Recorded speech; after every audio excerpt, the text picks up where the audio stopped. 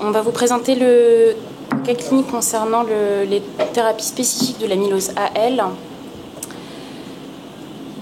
C'est l'histoire de Madame T, 55 ans, une charmante patiente qui nous a été adressée à Mondor en avril 2017 à la suite d'un premier épisode de décompensation cardiaque qui est survenu en décembre 2016 à Orléans. À l'époque, l'échographie cardiaque montrait une hypertrophie ventriculaire gauche. Sans plus de détails, le strain n'avait pas été réalisé. Et finalement, elle est réhospitalisée à Orléans pour cette fois-ci un AIT en mars 2017. Et en refaisant l'échographie à la patiente, elle semble quand même cette hypertrophie un peu plus, avec un aspect qui est fortement compatible avec une amylose cardiaque.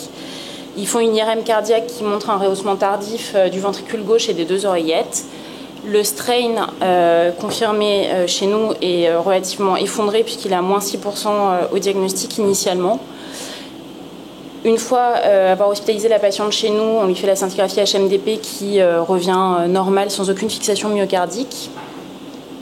Et le bilan biologique nous donne le diagnostic puisqu'elle a une MGUS avec une nécrophorèse des protéines sériques qui montre uniquement une hypogamma, mais en immunofixation la présence d'une chaîne légère monoclonale lambda. La protéinurie de Benjot c'est positive elle aussi à chaîne légère lambda et le dosage revient positif avec un rapport kappa lambda à 0,08 et une DFLC à 88. Concernant la preuve histologique, on réalise une BGSA qui ne trouve pas de dépôt d'amylose. On est donc obligé de faire la biopsie endomyocardique qui confirme l'amylose à elle avec un typage positif lambda. Tout ça est accompagné d'un contexte d'altération profonde de l'état général avec une perte de 8 kg mais sans aucun autre signe extracardiaque d'amylose. La première question qu'on souhaite vous poser est est-ce que vous avez une idée du traitement qu'on pourrait proposer à la patiente au vu des topos qui vous ont été présentés tout à l'heure ?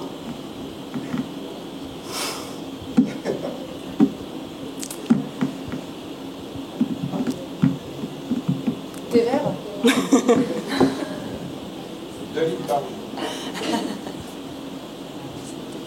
Déjà l'envoyer à l'équipe d'hématologie. Voilà, tout à fait. Donc on a discuté avec nos hématologues qui nous ont posé principalement deux questions. Un, la question des biomarqueurs pour pouvoir coter la gravité de l'atteinte cardiaque. La patiente avait une pro-BNP à 7400 et une troponine à 90. Elle est donc stade 3A de la Mayo. Les autres questions étaient la présence d'un myélome associé ou non, et ça n'était pas le cas puisque les critères CRAB étaient négatifs et la plasmocytose médulaire à 1% uniquement. Donc le traitement de référence, comme on l'a dit tout à l'heure, c'est le VCD. On va revenir un petit peu sur le détail de tout ça. Alors sur l'évaluation pronostique du coup des amyloses AL, vous en avez déjà entendu parler par Arnaud Jacquard. C'est donc le stade de la Mayo clinique qui va être déterminant, basé sur les deux biomarqueurs, NT-proBNP et troponine, qui est assez simple à faire. Si aucun des deux n'est élevé, c'est un stade 1. Si les deux sont élevés, c'est un stade 3. Entre les deux, c'est un stade 2. Et donc avec une valeur pronostique très importante, ce sont des données sous traitement.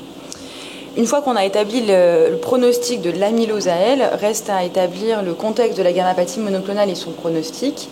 Donc là, on a les critères CRAB qui vont nous aider à définir s'il y a un myélome associé ou pas. Ça va avoir une importance pronostique, avec donc 4 critères, la calcémie, le rein avec la créatininémie, la présence d'une anémie ou la présence de lésions ostéolytiques, qu'on recherche historiquement par des radiographies standards du corps entier, maintenant de plus en plus par un scanner low dose. Si vous faites un PET scan pour une autre raison, ça c'est validé aussi. Et puis, quand on est dans un contexte de myélome, il va y avoir des myélomes dits plus agressifs qui vont eux-mêmes être associés à un moins bon pronostic, qui sont ceux avec une plasmocytose médulaire de plus de 60%, un ratio de chaînes légères impliquées sur non impliquées à plus de 100, ou la présence de 2 lésions en IRM ou plus qui font plus de 5 mm.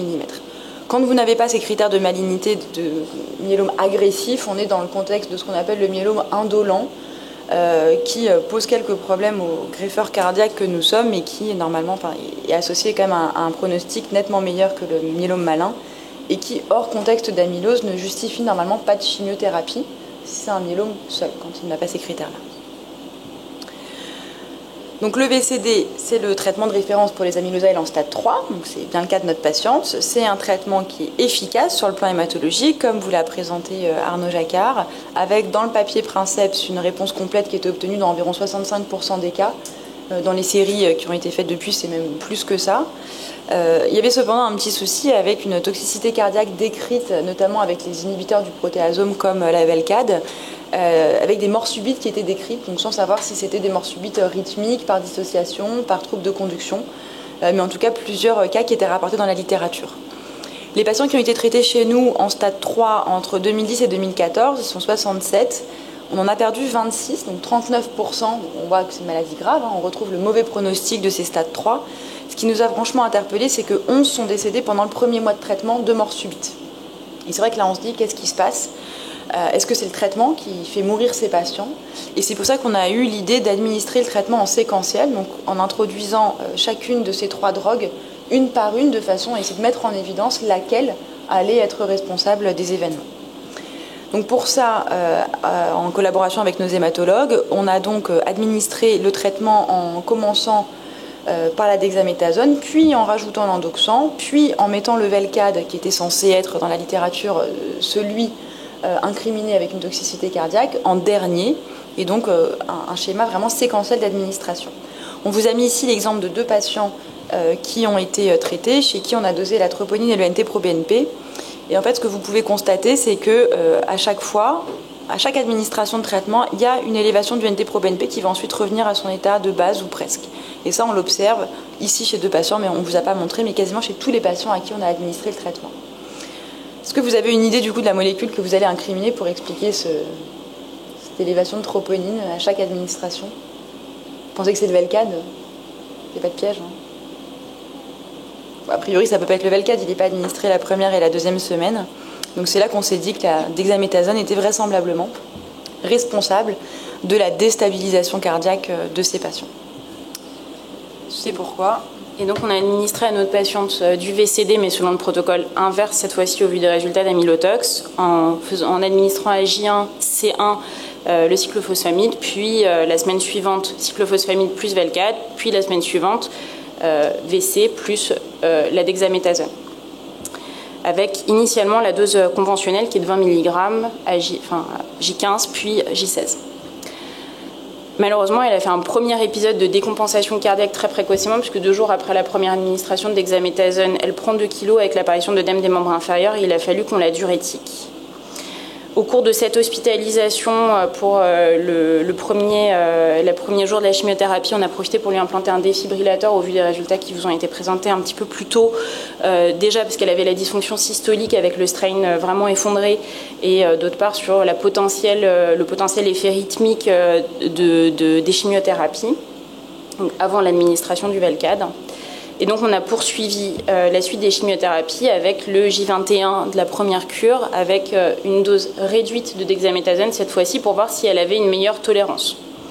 Sauf que ce n'était pas le cas. Elle a refait une décompensation cardiaque à J22 du début de la chimiothérapie, avec cette fois-ci une décompensation cardiaque un peu plus sévère avec un retentissement hépatique et rénal. Donc on était face à une patiente très probablement intolérante à la dexaméthasone du fait de la fragilité, de l'importance de son atteinte cardiaque. On a malgré tout poursuivi le protocole VCD en administrant des doses réduites de dexaméthasone pour les 2 premiers J de la deuxième cure. Et malgré ça, à J10, elle a refait un 3e épisode de décompensation cardiaque. Donc là, on est à 1 mois et demi du début du traitement. Et donc la question qu'on peut se poser, c'est que demander aux hématologues qui nous aident à prendre en charge cette patiente pour l'adaptation du traitement au vu de ces épisodes de décompensation cardiaque répétés et rapprochés. Alors là, l'hématologue, il a demandé comment sont les familles. On ne les avait pas encore parce qu'on nous demande de les faire qu'à J1 de tous les cycles. En tout cas, non, la réponse hématologique était bonne au début de ces deux. Elle répondait. Et après le premier cycle, elle avait répondu. Oui, partiellement, elle a répondu. Est-ce que vous avez une idée ? Je continue tout pareil.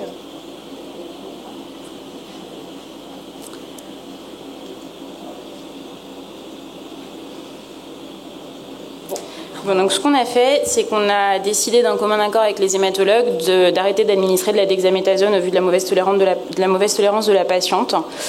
Et on a poursuivi la chimiothérapie sans dexa pendant 8 cures au total. sans plus jamais lui réadministrer de dexaméthasone. D'un point de vue cardiologique, elle a continué, enfin en tout cas elle ne s'est pas améliorée de manière évidente sur les biomarqueurs parce que le NT-proBNP reste élevé tout au long de la chimiothérapie malgré une baisse qui n'est pas significative de la troponine. Ce que vous pouvez remarquer, c'est que chez cette patiente qui avait un seul antécédent de décompensation cardiaque dans le passé, on a débuté la chimiothérapie avec déjà 250 mg de Lasix, ce qui est quand même pas banal, donc on avait déjà augmenté et anticipé le fait qu'elle était très sévère sur le plan cardiologique et qu'il faudrait probablement la diurétiquer de manière importante. Et au cours des différents cycles de chimiothérapie, on a eu en permanence besoin d'augmenter les doses de Lasix. D'un point de vue, toujours sur le plan cardiologique, ce que vous pouvez remarquer, c'est qu'elle a refait à nouveau 2 autres épisodes de décompensation cardiaque après le 5e cycle et le 8e cycle de chimiothérapie. D'un point de vue hématologique, vous avez la réponse à la question de tout à l'heure, c'est-à-dire que c'est une patiente qui est extrêmement bonne répondeuse puisque les chaînes légères lambda diminuent et diminuent très précocement. Déjà à C3, on est en réponse complète avec une normalisation totale des chaînes légères lambda et de la DFLC. Et en ce qui concerne l'atteinte cardiaque, vous avez à gauche l'atteinte initiale avec l'échographie cardiaque que je vous ai montré tout à l'heure et le strain, et à droite, 8 cycles plus tard, on peut remarquer que la fraction d'éjection en Simpson-Biplan s'est altérée, mais principalement le strain global longitudinal s'est franchement altéré puisqu'il est passé de 6 à 4. Et donc, qu'est-ce qu'on peut lui proposer à cette patiente dans le contexte? Et quelles sont les questions qu'il faut se poser avant de réfléchir à ce qu'on va lui proposer? On ne va pas vous le dire.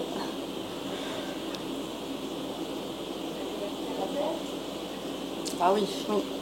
D'autant plus que, donc la réponse à la greffe cardiaque, d'autant plus que la patiente a vraiment une atteinte cardiaque isolée, elle n'est pas du tout dysautonomique, elle n'a pas d'atteinte rénale, donc c'est potentiellement une très bonne candidate. Donc effectivement, elle a été inscrite sur liste en février, donc après la 8e cure, devant un nouvel épisode de décompensation cardiaque en accord avec nos hématologues et en raison de la réponse complète qui se maintenait vraiment dans le temps. On n'a pas fait le 9e cycle qui était prévu et on a arrêté la chimiothérapie à ce moment-là de façon à pouvoir l'inscrire sur liste et tenter de l'amener à la greffe sans nouvel épisode de décompensation, donc avec un état d'immunosuppression et général le plus préservé possible. Et elle a finalement été greffée très rapidement, 1 mois après, sans souci particulier. L'intervention s'est bien passée, aujourd'hui elle va bien. Et le traitement Alors elle n'a pas eu de daratumumab puisqu'elle était en réponse complète sous VCD seule, donc c'est une question qui aurait pu se poser si on n'avait pas eu de réponse hématologique suffisante. Mais en tout cas, elle, étant en réponse complète sous VCD, on n'a pas proposé de compléter par du daratumumab. Il y a la réponse complète, donc c'est bon au niveau de la chimio. Voilà, la seule chose où j'aurais peut-être regardé, c'est est-ce que c'est pas le BEL4 qui est toxique pour le cœur? Parce qu'il y a une vraie toxicité qui n'est pas fréquente dans le BEL4 qui diminue la pression d'éjection. Donc peut-être qu'il y aurait, enfin, a posteriori, peut-être arrêter plus tôt. Une fois que les malades sont en rémission complète, on n'est pas obligé de continuer aussi longtemps qu'on avait prévu au départ. Ouais. Elle n'avait pas de plasmocitelle. Non. Et regardez juste s'il n'y avait pas une toxicité du médicament associé. Ça, sinon, c'est probablement une dame qui a une maladie trop grave, qui est en rémission complète, qui ne s'aggrave pas. Donc, faire une greffe cardiaque, je pense que c'est une bonne idée si elle n'a pas d'autres atteintes. C'est une discussion qu'on a de plus en plus avec nos hématologues pour les patients qui sont en réponse complète précocement comme elle, de est-ce qu'il faut vraiment continuer la chimiothérapie, surtout quand on pense à un projet de greffe derrière, pour justement essayer d'évaluer hors chimiothérapie comment ils évoluent. Et ça, c'est pas trop cytopénion, mais si vous faites d'autres molécules qui vont vraiment baisser les globules blancs, vous risquez de vous retrouver le lendemain de la greffe avec 200 blancs. Et ça se passe pas toujours très bien. Ça, c'est pas confortable. Alors, le bilan pré-greffe, chez cette dame, on n'y a pas pensé en fin de 8e cure quand elle a redécompensé. C'est un des autres messages de cette présentation et de ce cas clinique, c'est que finalement, on l'a débuté entre la première et la 2e cure, puisqu'elle avait déjà fait 3 épisodes de décompensation cardiaque, qu'elle était jeune, qu'elle n'avait pas de comorbidité, et que donc très vite, en fait, en voyant la gravité de son atteinte cardiaque, on s'est dit que ça sentait pas très bon et qu'on allait peut-être à un moment donné être obligé de la greffer. Le bilan, il ne faut pas forcément attendre d'avoir une réponse complète pour le débuter, parce que ça ne se fait pas en une semaine. Et c'est des patients qui ne peuvent pas nécessairement attendre d'avoir une réponse complète maintenue pendant 8 mois, comme c'est son cas. Donc le message, c'est pas attendre 8 mois avant de la greffer, mais c'est vraiment anticiper le bilan pré-greffe. Si on a la chance, comme elle nous l'a laissé, parce que finalement entre C2 et C5, il ne s'était pas passé grand-chose, de se stabiliser, d'avoir une bonne réponse hématologique et d'avoir un recul hématologique suffisant, c'est très bien, parce que là c'est un cas assez caricatural de réponse dissociée entre l'atteinte hématologique et vraiment l'atteinte d'organes cardiaques. Donc là on sait qu'on a fait le traitement étiologique, que le traitement étiologique marche, mais que malgré ça, elle garde une atteinte cardiaque sévère. Si il avait fallu la greffer plus tôt parce que état hémodynamique instable, décompensation cardiaque plus fréquente, on serait probablement allé à la greffe plus tôt chez cette patiente, d'où l'intérêt vraiment d'anticiper le bilan pré-greffe. En conclusion, il existe un traitement étiologique efficace de l'amylose AL, vraiment, qui marche très très bien sur le plan hématologique, dont la tolérance cardiaque peut parfois poser problème et peut nécessiter vraiment des ajustements et une étroite discussion entre les hématologues et les cardiologues pour pouvoir adapter le traitement. La question qui se pose aussi souvent, c'est quand on arrête la dexaméthasone, les hématologues nous disent oui, mais c'est ça qui marche quand même. Donc quand on ne met pas de dexa, on ne va pas réussir à la traiter. Donc c'est complètement hypocrite de dire qu'on la traite sans dexa.